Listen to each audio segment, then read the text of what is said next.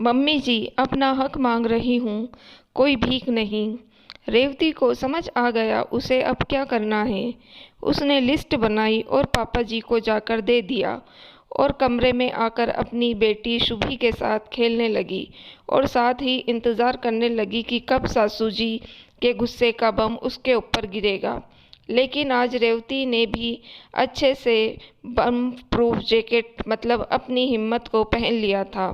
उसने सोच लिया था कि आज और अभी सारा किस्सा ख़त्म करके ही रहेगी। 10 मिनट ही बीते थे कि सासू जी नैना देवी कमरे में साड़ी का पल्लू कमर पर कोसती हुई गुस्से में घुसी। बहू शर्म लिहाज क्या चूल्हे में झोंक दिया? यह क्या लिस्ट पकड़ा आई हो अपने ससुर जी को? क्यों मम्मी जी, लिस्ट बहुत लंबी हो गई क्या? अरे मम्मी जी, सामान और भी महंगा है, लेकिन सोचा कि अगली बार की लिस्ट मैं लिख दूंगी। रेवती ने भी बहुत ही मासूमियत से कहा।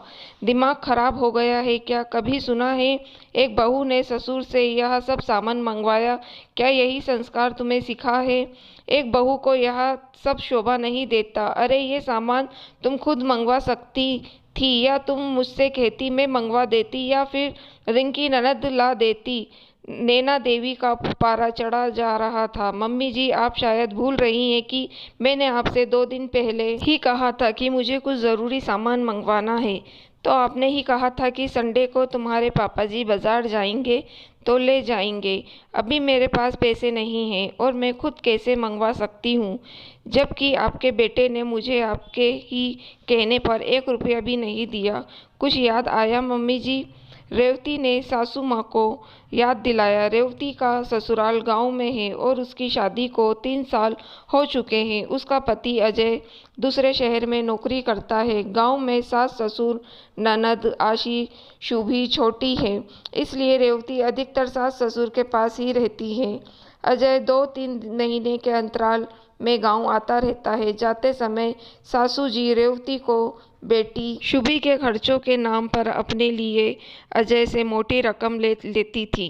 रेवती जब अपने लिए पैसे अजय से मांगती तो नैना देवी चीनी की बोरी बन जाती और कहती, क्या करोगी तुम पैसे लेकर?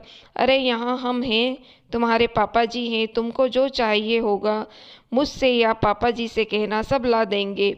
यह उस समय की बात है जब सैलरी हाथ में मिलती थी और एटीएम या यह कहिए डिजिटल शब्द सिर्फ था। फिर भी मम्मी जी, कुछ तो मेरे पैसे पास होना चाहिए। ऐसी बहुत सी ज़रूरतें होती हैं जो आप लोगों से कैसे मंगवा सकती हूँ। और शुभी का भी सामान है, आपने तो भी इनसे पैसे लिए हैं। रेवती नैना देवी को समझाने की कोशिश करती है। ओ, अब समझे हम। तुमको इस बात से जलन हो रही है कि मेरे बेटे ने अपनी सैलरी मुझे दे दी। और फिर नैना देवी का इमोशनल नौटंकी चालू हो गया। देखा बेटा, मैं तुमसे कह रही थी कि बहू और रिंकी में कोई फ़र्क नहीं करती, लेकिन तुम्हारी बीवी मुझे माँ नहीं समझती। कोई बात नहीं बेटा, इसके मन की तसल्ली के लिए इसे 100 रुपये दे दो। और फिर अजय के पर्स लेकर उसमें से 100 रुपये निकाल कर रेवती के हाथ में रख दिया। मम्मी जी, अपना हक मांग रही हूँ, कोई भीख नहीं। ये पैसे भी आप ही रख लीजिए। और रेवती ने 100 रुपये वापस कर दिए। वैसे तो रेवती अपनी और शुभी की ज़रूरतों का सारा सामान अजय से मंगवा लेती है, लेकिन कितना और कब तक का? कुछ न कुछ सामान कम हो ही जाता है और उसके पास पैसे भी नहीं होते कि वो खुद मंगवा ले। उस समय उसे नैना देवी के आगे मिन्नत करनी पड़ती, लेकिन मजाल है कि नैना देवी एक पैसा भी खर्चा के लिए रेवती को दे दे। हर बार की तरह इस बार जब अजय वापस जाने लगा तो अजय रेवती को भी पैसे देने लगा। तो नैना देवी, जो हमेशा कमरे के इर्द गिर्द की घूमती रहती थी, तुरंत अंदर आ गई। अरे बेटा, इतने फिर तुमसे पैसे मांगे? रेवती, तुमको सोचना चाहिए कि मेरा पति इतनी दूर जाएगा, इसके पर्स में पैसे भी या है या नहीं। फिर हम लोग कौन सी कमी रखते हैं? तुमको जो भी सामान चाहिए होता है हम लोग क्या लाकर नहीं देते? बेटा तू जा, इसका बार बार का यही नाटक है। रेवती, जब मम्मी पापा तुमको किसी चीज़ की कमी नहीं रखते तो तुम हर बार रोना क्यों रोती हो कि अपनी ज़रूरत का सामान किससे मंगवाऊं? शुक्र करो कि तुमको मम्मी जैसी समझदार और केयरिंग सास मिली है। अजय ने रेवती को ही डांट दिया। इस बार रेवती को समझ आ गया उसे अब क्या करना है। उसने लिस्ट में अपने लिए body lotion, hair remover cream के साथ सैनिटाइजर पैक भी लिख दिया। और अब क्या समझ ही गए होंगे कि लिस्ट में क्या सब पढ़कर सासू जी का दिमाग चकरा गया। उन्होंने नैना देवी को गुस्से से लिस्ट पकड़ा दिया और नैना देवी बम बनकर रेवती के ऊपर फटने के लिए आ गई। मैं अपने मज़े करने के लिए अपने पति से पैसे नहीं मांगती। औरत की बहुत सी ज़रूरतें होती हैं जो वो अपने ससुर से तो क्या अपने पापा से भी नहीं मंगवा सकती। लेकिन आप यह बात समझकर भी नहीं समझना चाहती। आपको पापा जी की सैलरी पर भी हक चाहिए और बेटे की भी।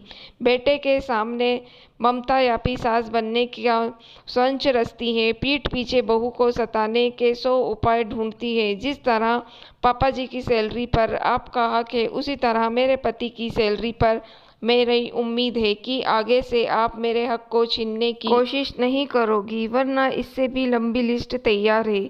अब यह आपके ऊपर है कि आप सामान कौन लाएगा। रेवती की बात सुनकर नैना देवी की बोलती बंद हो गई। आज उन्हें समझ आ गया कि उनकी होशियारी उन्हीं पर भारी पड़ गई।